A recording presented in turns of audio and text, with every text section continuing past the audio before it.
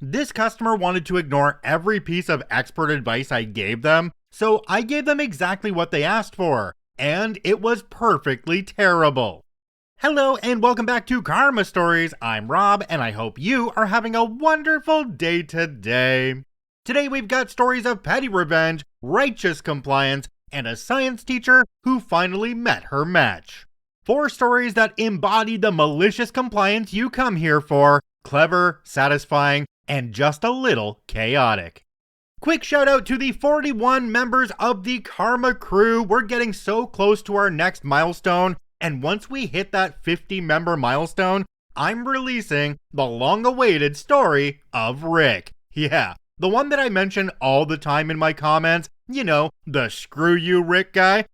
Yep, that one's coming out once we hit 50 members, which is only 9 members away. Huge thank you to everyone who's joined so far. Your support genuinely means the world. Alright, on to today's stories. Let's jump right in. This story comes to us from Throwaway Wine Guy. You want wine? I'll give you wine. Probably not the dunk I think it is, but I still feel happy with the result. For context, I work as a salesman in a wine store.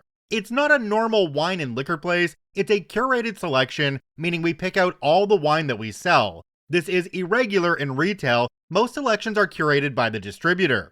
As a result, all of the employees have to really know their crap, and we are regularly asked a lot of questions and need to give detailed and honest answers. Our customer base really likes us, and new customers are either pleasantly surprised by the experience or endlessly mad we don't carry their name brand thing they like. Damn you, Whispering Angel. The other day, a couple came into the store at the recommendation of a friend. I will call them A and B. A was very excited and was super happy when we had the bottles they had taken pictures of at a party the other day. B, however, immediately started making comments like, "Really? That one?" Or, "That tasted awful, you want that?" A was clearly a little upset at this, but I gathered this was just a normal dynamic in their relationship, as it was brushed off rather quickly. After we put those bottles aside, they tell me they are going to do a garden party since it's warm. Nice sunny day, light apps and snacks, average spring party. So they asked me to recommend some wine, and I start going through the store and showing them some options. I hit all the big guys, a good selection for the food they had described. Well, B did not think so. Every suggestion I made was met with a counter. I show them a nice floral, unoaked white burgundy. I think we should do Chablis. Pinot Noir. Don't you think Pinot is too heavy? Sauvignon Blanc. Too sweet. Albarino. Too heavy. At this point, I'm at a loss. I'm running out of stuff to give B, so I scale up a bit. Offer some fuller bodied wines. Not great pairing to the event or the food, but not destructive. B is still not happy. A is clearly pissed at this point. They've been holding their tongue, but every denial makes their face a darker shade of red until they finally pop. A apologizes to me and says they're going to go with my suggestions, and tells B that they can pick out a bottle they want because clearly they're not willing to listen to me. I go through and put their cart together, listen to them argue a bit at the register, and then check B out after A storms out of the store. Whatever, I'm free of it. A is a saint for dealing with B. It's done. It was not done. The next morning when I show up, B is waiting for me with the 3 bottles they picked. Got 3 of the same thing. "The wine is off," B says, holding the bottle out like it's some sort of weird bug. I tell them, yeah, it happens sometimes, I'll check it out. To be clear, it is rare that the wine is actually off. Most of the time the customer just doesn't like it. It doesn't hurt us and we want the business, so we always accept exchanges and just agree that it wasn't right. The customer has been right twice that I have seen, and I was one of the 2 customers, compromised cork. So I open up the store with an impatient B standing over me before finally taking the bottle. I kid you not, this thing is like 80 degrees. It is hot. The sun hasn't been out long enough to do this either, so I'm pretty confident they did something to it. Anyway, I pour myself a glass and taste it. Even through the mire of hot booze, I can tell it's good. All of the flavors I expect stand out. It smells fine. No evidence of oxidizing or mildew. Good bottle. Feeling petty, I tell B as much, wanting them to admit that they just don't like the wine. B turns a bit red and says as much. Good, let's pick something else out then. Where are your super Tuscans? B asks. I light up because this is the perfect chance to F with them. We have 2 true ones in the store. One is a very accessible price, pretty standard, really nice, and medium bodied. Wouldn't be too bad for the garden party, but still on the heavier end. The other, expensive as heck. It's the inkiest, blackest, heaviest wine you could imagine. I love it, but I think it might kill anyone who drinks it in 80-degree weather. Well, I give B the heavy one. B, of course, is in love when I tell them about it. Big, bold flavors, heavy, crushes the flavor of whatever you eat it with, perfect for B. They get 3 to replace the bottles they returned, and end up spending an extra $130 even, with the cost of the refunded wine deducted. Now, I know I'm way more sensitive to wine and food than others are, but this was perfect. Even somebody who's demolished their palate with years of cigar smoking would be able to tell that wine is awfully paired. I'm happy knowing B is going to get some weird looks from their guests and a tongue lashing from A. And B is happy with the bottle of grape-based olive oil they now own. Compliance given maliciously. Jumping down to the comments on this one, we have one from a user called Psychological15416. It says, I just hope this doesn't end up reflecting poorly on the shop when B goes, oh, well this is what I was suggested to get from the shop. Thankfully, A not being a butthole should balance that out. I think everybody who knows B is probably very familiar with how B acts and just how much of a butthole they are. So when they get that really thick wine from B and they realize that it's not right for what they're eating, they're just going to realize that somebody pulled one over on B and probably have a laugh about it. Because if you think about it, B isn't the kind of person just to say, I got this from this store. They're going to be the kind of people that say, I got something else from this store and it was horrible, so I went back and they recommended this. This is supposed to be wonderful. My coworker didn't like that my friend and I were quietly chatting, so I took her demand for silence very literally and made sure she hated every second of it. This story comes to us from Ren is Existing. Coworker didn't like my friend and I quietly chatting while working. Made it her problem. I, 21 female, work in a pharmacy as a pharmacy technician along with my friend. We were both chatting about next semester and what classes we were taking while filling medications. My older coworker, 41 female, loudly shouts, let's play the quiet game with just you two and see who can go without talking for 25 minutes, very rudely. All of my other coworkers were shocked as our talking was not bothering them and we had no patience at the time. So I decided to comply, but in her rigorous standards. I stopped talking to her, period. I only respond if talked to first, and only if it is about work. I also do not talk to her once clocked out, as she complains about fraternizing with higher members of management outside of work hours. She is a lead tech, so she is higher. She hates it, keeps trying to talk to me, but I only respond with, is it about work, and move on.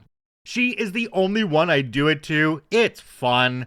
This coworker has a streak of being rude and overly harsh and not apologizing. It's nice to give her a taste of her own medicine.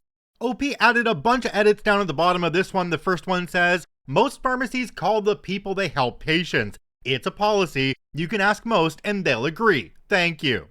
The next edit says, I think some of you guys are misinterpreting this. Our pharmacy is a loud one. We talk a lot, and so does she. She is a chatterbox just like the rest of us. That's why me not talking to her is pissing her off, even though she is the one who wanted it.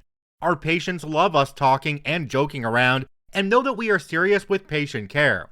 Also, a lot of our bad reviews are because of her and another older coworker. She is a hard worker but is rude to both patients and coworkers alike. The next edit says, y'all are missing the point. This coworker is rude to everyone, not just me. That includes patients and coworkers. She also talks a lot, and our pharmacy would not have as good of ratings as it does if we weren't a talkative and joyful pharmacy. I was speaking quietly to the point it shocked my other coworkers when she called me out. The next edit says, I have responded to all I could, but thank you to those who actually understand that this was a last resort for her to be nicer. I genuinely love my job. The people that I see at my job mostly are so amazing. Most of my coworkers are so fun, the patients are kind, interesting, and funny, the pay is great, and so is the scheduling with my classes. I have worked my butt off to try and keep it that way, fun and inviting. I am hoping to have a one-on-one with her soon, and try and, for the last time, get her to see reason. I love my job, and I don't want the happiness of the others to tank due to her. OP's final edit says, I really don't understand how people don't know what a loud pharmacy looks like. Is your local one dead or something? Many of my coworkers, rude one included, joke around and talk a ton. I've seen them almost pee themselves from laughing. The patients enjoy our shenanigans. Jumping down to the comments on this one, we have one from a user called A-Spark. It says, this is great malicious compliance, but you should consider talking to HR about this as well. If someone at work said, let's play the quiet game to me like I was 5, I'm definitely saying something to HR. OP responded and said, sadly, we have talked to HR and the higher-ups an abundance of times, but nothing ever gets done. She will get nicer for a few days and then continue on. OP, I understand this person has been there longer than you and that gives them seniority, but sometimes people like that just need to be put into their place. So saying something to them like, I'm not a child and you're not a teacher, so if we're bothering you at all, you can address us in a grown-up manner. And honestly, if you don't want to have that discussion with her personally, then go to somebody higher up than her and tell them what's going on, and they can have that conversation with her for you. My teacher was obsessed with enforcing the dress code, so I followed her rules in the most disruptive, unforgettable way possible. This story comes to us from mwood60, Mrs. Evans, keeper of the dress code. This all happened about 20 years ago when I was in 7th grade, 12 to 13 years old for those not in the US school system. I remember this day vividly, as it was one of my most rebellious actions against authority I had done in my school years. My 7th grade science teacher was a curmudgeonly lady that we will call Mrs. Evans. Now, Mrs. Evans had no joys in her job of teaching preteens the foundations of science, but did enjoy sending students to the principal for minor infractions. An easy way of getting sent to the principal was through dress code violations. Throughout the entirety of the school year with her, I'd seen Mrs. Evans send no less than 75% of the class to the principal's office for dress code violation, with most being the girls in the class wearing shirts that were too revealing because their shoulders were showing, with the others usually being something easily fixed like wearing a hat. I showed up to class in my standard outfit that I had been wearing up to that point in the school year, a t-shirt and jeans. However, being the outdoorsy kid I was, I had a slight tear on the knee of one of the pant legs. Mrs. Evans honed in on this slight tear and instructed me that I would need to be wearing jeans without a tear in them for her to be able to teach her class without distraction, and to go to the principal if I was unable to do so. Being a smart butt 13-year-old, I decided to comply by going to my locker, getting my stapler out, and stapling the tear shut on my jeans. Upon return to class, this was not good enough for Mrs. Evans, keeper of the dress code. She repeated her previous instruction and said that if I returned without the torn jeans being replaced, I was going to the principal. Cue compliance number 2. I went straight back to my locker, got a pair of scissors out, and cut off the entire leg of the jeans with the offending tear, much to my mother's later dismay. Upon my return to class, Mrs. Evans was quite unhappy. The rest of the class was now properly distracted from her doing, much to her chagrin. But Mrs. Evans was the keeper of the code for a reason one supposed. She cited a line in the school handbook stating, "No phrase on any clothing allowed." This time, I was sent to the principal. I had never gotten in too much trouble in school, was in a lot of advanced placement courses, and played football and track for school, so my record was pretty clean. The principal was confused as to why I was sent, until I told him I'd just come from Mrs. Evans' class, which told him enough after he saw one pant leg normal with the other pant leg completely cut below the knee. He told me to please just wear my gym shorts and have this be the end of it. Cue compliance number 3, I returned to class wearing my gym shorts for the day, wearing them over the offending jeans.